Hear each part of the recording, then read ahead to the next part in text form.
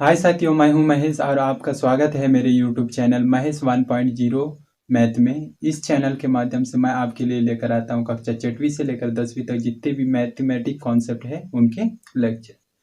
Dear, मैं आपको एक चैप्टर पढ़ा रहा था जो कि है घातांक, कक्षा 7वीं का चैप्टर है।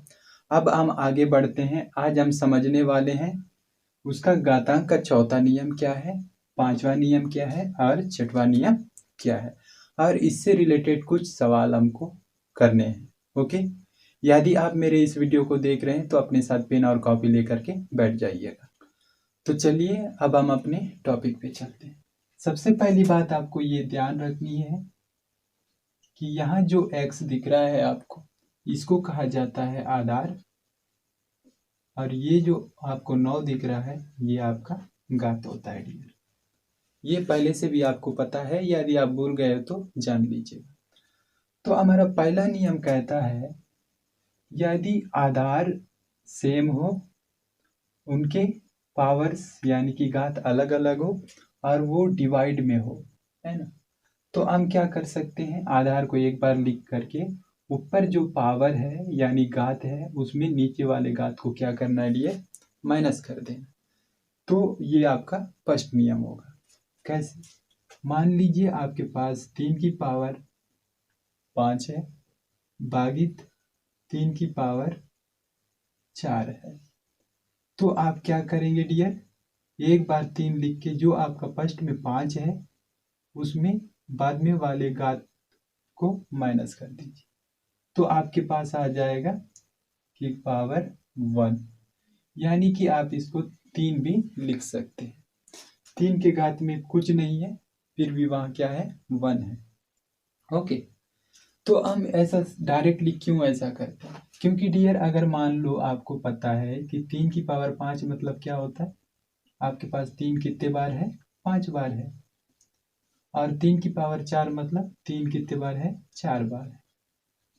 तो ये 3 से ये 3, 3 से 3, 3 से 3, 3 से 3, तो 4 4 ऊपर नीचे तो 3 3 कट गए हैं। आपके पास क्या बचता है, 3 की पावर 1, यानी कि आपके पास सिर्फ 3 बचता है। इसलिए हम डायरेक्टली ये सब ना करके इसमें पावर्स 1 को माइनस करके सीधा हम क्या लेके आते हैं, अपना आंसर। अब ये छोटा सवाल था तो हम ये 5 टाइम्स 3 3 लिखे, 4 टाइम्स 3 3 लिखे। लेकिन मान लो आपके पास ऐसा होता, 8 की पावर 15 भागित 8 की पावर 11। क्या आप 15 बार 8 गुणित 8 गुणित 8 गुणित लिखते? नहीं। इसके लिए आपके पास सिंपल फॉर्मूला है कि एक बार 8 लिखिए और जो उनके पावर मन है पहले वाले पावर में बाद में वाले पावर को घटा दीजिए, तो आपके पास क्या मिलेगा, 8 की पावर 4। ये आपका आंसर होगा। तो आपको ये पहला नियम आपको समझ में आया होगा। यहाँ पे देखिए 8 की पावर 5, 8 की पावर 3, यहाँ पे आधार सेम है 8 8। तो हम क्या करते हैं, ये जो पावर है उसमें नीचे वाले पावर को माइनस कर देते हैं। तो आपके पास कितना निकल के आता है, 8 की पावर 2। डियर यहाँ पे आपको दिखाई दे रहा है 7 की पावर 4 बटे में 7 की पावर 4, यानी ऊपर वाले 4 में नीचे वाले 4 को माइनस करने से आपके पास 7 की पावर 0 आ गया। और 7 की पावर 0 को मैंने क्या लिखा है, 1।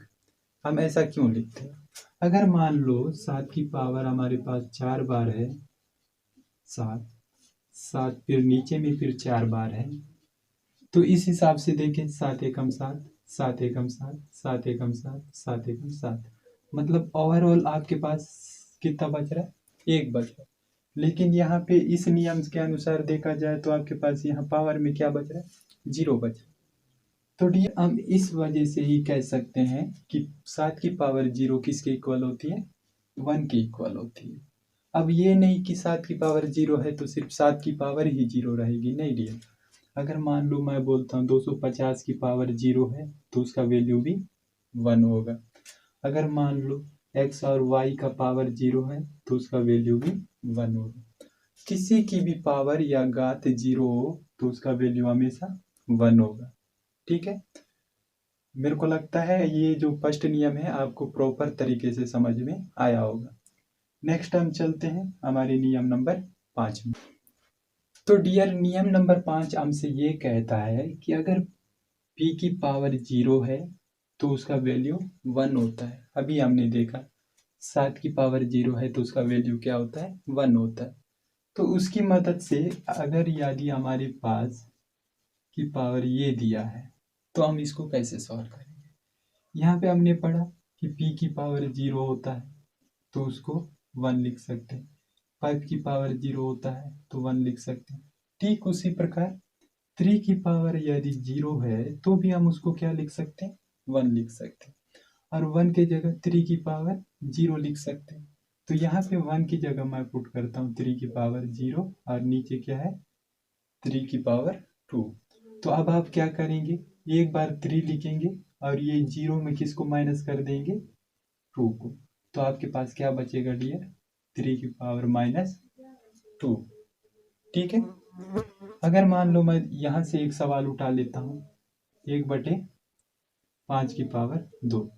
तो इस एक की जगह मैं क्या लिख सकता हूँ, 5 की पावर 0। ठीक है। फिर नीचे आपका 5 की पावर 2 दिया है तो एक बार 5 लिखूंगा और ऊपर का जो पावर है उसमें नीचे वाले पावर को माइनस कर दूंगा। तो आपके पास क्या निकल के आएगा, 5 की पावर -2। ओके। यहाँ पे देखिए 1/6 की पावर 8 दिया है तो मैं एक की जगह लिख सकता हूँ 6 की पावर 0, फिर बटे में 6 की पावर 8। फिर एक बार 6 लिख करके 0 में मैं माइनस करूंगा नीचे वाला घात को, तो आपके पास क्या बच जाएगा, 6 की पावर -8। मेरे को लगता है ये भी आपको समझ में आया होगा। तो डियर आपको 6वें नियम में दिया है 1/में a की पावर m को क्या लिख सकते हैं आप, -m। ये जो विधि है वो इसी से आया है। देखिए 1/6 की पावर 8 है तो हम इसको ऐसे लिख करके कैसे लिख सकते थे, इसी को कैसा लिख सकते थे,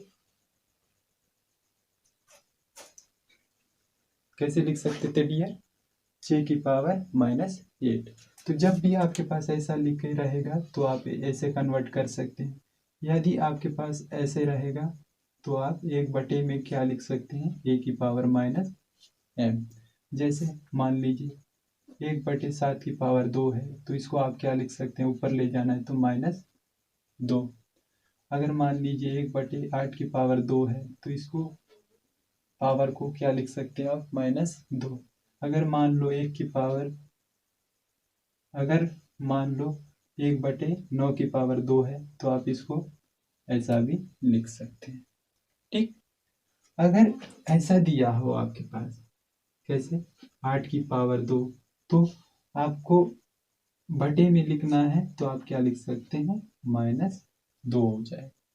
ये जो प्लस है नीचे जाएगा तो माइनस, नीचे माइनस रहेगा तो ऊपर आएगा तो प्लस कर देना है। ठीक है। तो मेरे ख्याल से लगता है कि आपको नियम 4, नियम 5, नियम 6 थोड़ा बहुत समझ में आ गया होगा। चलिए अब इनसे रिलेटेड हम कुछ सवालों को सॉल्व करके देखते हैं, वो आपसे बन पाते हैं या नहीं। ठीक है। तो आगे चलिए दोस्तों, आगे हम देखते हैं कि ये जो हमारे नियम थे 4, 5वां, 6वां, इनकी सहायता से हम प्रश्नावली 6.2 के प्रश्नों को कैसे सॉल्व कर पाएंगे। चलिए देखते हैं। सबसे फर्स्ट सवाल है हमारे पास, नियम 4 की सहायता से हल करना। किसको, 6 की पावर 5 भागी 6 की पावर 3 है। तो यहाँ पे आपको पता है 6 दिख रहा है, आधार सेम है, भाग में है, तो हम क्या करेंगे, इस 5 में इस 3 को माइनस कर देंगे। तो आपके पास क्या बचेगा, 6 की पावर 2। बस इतना ही करना है आपको। और साथ में लिख देना है कि a की पावर m बटे में a की पावर में n is equal to a की पावर m माइनस n। आपका सॉल्यूशन वही है। सेकंड में देखिए, ये आपके पास 13 है, ये आपके पास 13 है, मतलब आप कह सकते हैं कि आधार सेम है, भाग में है, इसलिए ऊपर के जो पावर मन है वो क्या हो जाएंगे, माइनस हो जाएंगे। हमेशा याद रखिए पहले पावर में दूसरे पावर को माइनस करना। यहाँ पे तो कोई नंबर तो है नहीं, ये अंग्रेजी का m है और एक तो n है, तो वो तो आपस में घटेगा नहीं, जैसे कि वैसे लिख दीजिए। और उसके बगल में चूकी करके लिख दीजिए कि a की पावर m बटे में a की power n is equal to क्या होता है, a की पावर m माइनस n होता है। बस यहाँ पे आप देखिए mn की पावर 7 है भागित mn की पावर 2 है, तो आप क्या लिखेंगे, mn की ऑल पावर में 7 माइनस 2, तो आपके पास बचेगा mn की पावर 5। बस ये आपका सॉल्यूशन। ठीक है डियर, अब हम आगे चलते हैं। हमको पूछा है धनात्मक घात के रूप में लिखिए। यहाँ पे आपको दिख रहा है -3 है इसका घात, यहाँ -4 है, -5 है। इसको आपको धनात्मक बनाना है, उसके लिए आपके पास क्या नियम है, ये देखिए यहाँ पे ऋणात्मक है, उसको धनात्मक बनाने के लिए आप 1 में करके उसको नीचे लिख देना है। कैसे करेंगे देखिए, यहाँ पे 1/12 की पावर 3, चूंकि हम जानते हैं, क्या जानते हैं डियर, कि a की power -m is equal to क्या होता है, 1 में a की पावर m होता है। लिख दीजिए।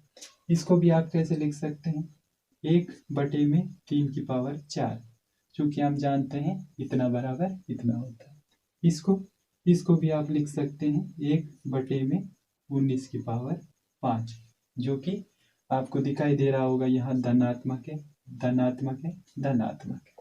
बस बहुत ही सिंपल है, बहुत ही सरल है। अब हम देखते हैं हमारा तीसरा नंबर प्रश्न को। यहाँ पे बोलता है हर को अंश में बदलिए। सबसे पहले जान लीजिए, ये आपका अंश होता है, ऊपर वाला बटे के ऊपर वाला अंश और नीचे वाला हर होता है, इतना तो आपको पता होगा। तो यहाँ जो अर है ना, ये जो 35 की पावर 4 दिखाई दे रहा है आपको, उसको आपको किस में बदलना है, अंश में बदलना है, मतलब नीचे वाले को ऊपर लाना है। जब आप नीचे वाले को ऊपर लाते हो तो ये 35 और ये प्लस में है, तो ऊपर आके क्या हो जाएगा डियर, माइनस, जब ही बताया था। ठीक उसी प्रकार इसको जब ऊपर लाओगे तो ये आपका क्या हो जाएगा, -5, x की पावर -5। किस नियम से होगा डियर, यहाँ पे आपको दिखाई दे रहा होगा ये वाला जो नियम है, यह उसको इधर लिख दीजिए। क्योंकि हम जानते हैं a की पावर -m बराबर 1/a की पावर m होता है, तो इसका उल्टा ये लिख दीजिए, बस हो गया। उसके बाद आपको चौथा नंबर प्रश्न में पूछता है अंश को अर में बदलिए। मतलब ये जो अंश है आपको अर में बदलना है। कहने का मतलब ये -9 है, 3 की पावर -9, तो अर में लाओगे तो क्या हो जाएगा, +9, 3 की पावर क्या हो जाएगा, +9। यही आपका आंसर, बहुत ही सिंपल। फिर इसमें देखिए, इसको जब आप नीचे लाओगे, ये तो bm पहले से यहाँ है, एक को a की पावर m को लाएंगे तो -m आएगा। क्यों, क्योंकि डियर ये जो a m है ऊपर में प्लस में है, नीचे आते वो क्या हो जाएगा, माइनस में हो जाएगा। तो चलिए साथियों, अब हम अगले प्रश्न की ओर बढ़ते हैं और हम अगले प्रश्न में जानेंगे कि वहाँ पे हमारे लिए क्या सवाल पूछा गया। तो उसको जानने से पहले हमको थोड़ा सा बेसिक जानना पड़ेगा कि संख्या का स्क्वायर मतलब वर्ग क्या होता है किसी संख्या का, और उसका क्यूब क्या होता है, घन क्या होता है। मान लो आपके पास 2 है, 2 का वर्ग मतलब 2 का 2 बार गुणा करना है, 2 दूनी 4। 3 का वर्ग मतलब 3 का 2 बार गुणा करना है, 3 तिया 9। 4 का 4 से ही 2 बार गुणा करना है, 4 दूनी 16। इसी प्रकार 5 5 25, 6 6 36, 7 7 49, 8 8 64, 9 9 81, 10 10 100। ये आपका वर्ग है डियर, ओके। ठीक उसी प्रकार घन की बात करें, घन में आपको किसी संख्या का उसी संख्या से 3 बार गुणा करना है। जैसे 3 का 3 बार गुणा किया, 4 का भी 3 बार गुणा किया, 5 का भी आपस में 3 बार, 6 का आपस में 3 बार, 7 का भी 3, 8 का भी 3, 9 का भी 3 और 10 का भी 3। तो जब हम 2 का गुणा 2 से ही 3 बार करते हैं तो 8 आता है, 3 का गुणा 3 से ही 3 बार करते हैं 27 आता है, उसी प्रकार 4 का गुणा 3 बार करते हैं तो 64, 5 का गुणा 3 बार करते हैं तो ये आप समझ सकते हैं 5 5 25 5 125 होता है। ठीक है, तो ये आप याद कर लीजिएगा क्योंकि अगला जो प्रश्न है आपको उसमें ज़रूरत पड़ेगा। तो इसको स्क्रीनशॉट ले लीजिए और इसको याद कर लीजिए। ओके डियर, चलिए अब हम प्रश्न पे आते हैं। प्रश्न में हमसे पूछा गया है कि x का मान बताइए, मतलब x का वैल्यू क्या होगा, उसका मान क्या होगा वो बताना है। जैसे पहला प्रश्न में देखिए यहाँ पे x दिया है तो वहाँ पे x की जगह क्या वैल्यू होगा, क्या मान रखेंगे हम लोग। ठीक उसी प्रकार यहाँ x दिया है, यहाँ दिया है, यहाँ दिया है, उसका मान कितना होगा वो फाइंड करेंगे। फर्स्ट वाला देखते हैं। तो आपको दिया है 2x बराबर 4। ठीक है डियर, यहाँ पे आप क्या कर सकते हैं, 2x बराबर 4 को आप लिख सकते हैं 2 गुणित 2। ठीक है, फिर 2 गुणित 2 मतलब कि 2 कितना बार है, 2 बार है। तो ऐसे अब यहाँ पे आपको दिखाई दे रहा होगा ये भी 2 है, ये भी 2 है, तो यहाँ पे जितना होना चाहिए वो यहाँ पे भी उतना होना चाहिए। हम कह सकते हैं कि x बराबर यहाँ कितना होगा, 2 होगा डियर। ठीक, आधार सेम है तो यहाँ पावर भी सेम होना चाहिए, तभी तो हम लोग का क्या इक्वल होगा ना। ठीक है, उसी प्रकार सेकंड वाले बी में देखिए आपके पास 4x है फिर बराबर में 64।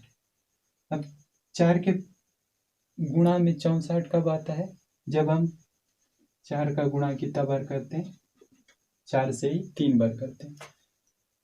4 16, 16 से 64, यानी कि ये जो 64 आया है उसको मैं क्या लिख सकता हूँ, 4 गुणित 4 गुणित 4। फिर ये कितना बार है, 3 बार है, मतलब 4 की पावर 3। अब आपको दिख रहा है यहाँ आधार 4 है, यहाँ पे भी आधार 4 है, तो यानी कि x का जगह क्या होगा डियर, 3 होगा, तभी हमारा वैल्यू क्या होगा, इक्वल आएगा। तो आपको a और b भी समझ में आया होगा। चलिए अब हम c और e की बात करते हैं। तो आपको c में दिखाई दे रहा है, क्या दिखाई दे रहा है, 3 की power x is equal to 1/3। ठीक है, उसके बाद हम आगे लिख सकते हैं, देखो 1/3 है, इसकी पावर में कुछ नहीं है, मतलब एक तो रहता ही है, आपको तो पता है। तो इसको जब मैं ऊपर लाऊंगा नीचे से ऊपर, तो वो जो +1 था वो ऊपर आते साथ क्या हो जाएगा, -1। तो यहाँ आप देख सकते हैं यहाँ आधार 3 है, यहाँ पे भी 3 है, तो x बराबर क्या आ जाएगा डियर, -1। यही आपका आंसर है। अब ई की बात करते हैं, 4 की power x is equal to 1/64। ठीक है, फिर 1/64 को आप क्या लिख सकते हैं डियर, इसको लिख सकते हैं 4 गुणित 4 गुणित 4। फिर आप इसको लिख सकते हैं 1/4 की पावर 3 ना। अब जब इसको 4 की पावर 3 को ऊपर लाओगे तो वो क्या हो जाएगा, 4 की पावर -3। तो यहाँ पे आपको दिखाई दे रहा होगा ये 4 है, ये भी 4 है, तो x का वैल्यू यहाँ अगर -3 है तो यहाँ पे भी कितना आ जाएगा, -3। तो ये बहुत ही सिंपल और बहुत ही सरल प्रश्न थे। आपको ये सी भी समझ में आया होगा और ई भी समझ में आया होगा। मेरे ख्याल से आपके लिए जो आज मैं वीडियो लेके आया हूँ शायद वो आपको पसंद आया होगा और पढ़ने में भी मज़ा आया होगा। बहुत ही सरल है, बहुत ही सिंपल है। तो साथियों, यदि आपको मेरे साथ पढ़ना अच्छा लगता है तो आप मेरे इस चैनल से जुड़ सकते हैं। ओके, हो सके तो किसी और के यहाँ भी शेयर कर दीजिए ताकि उनका भी थोड़ा गणित स्ट्रांग हो जाए।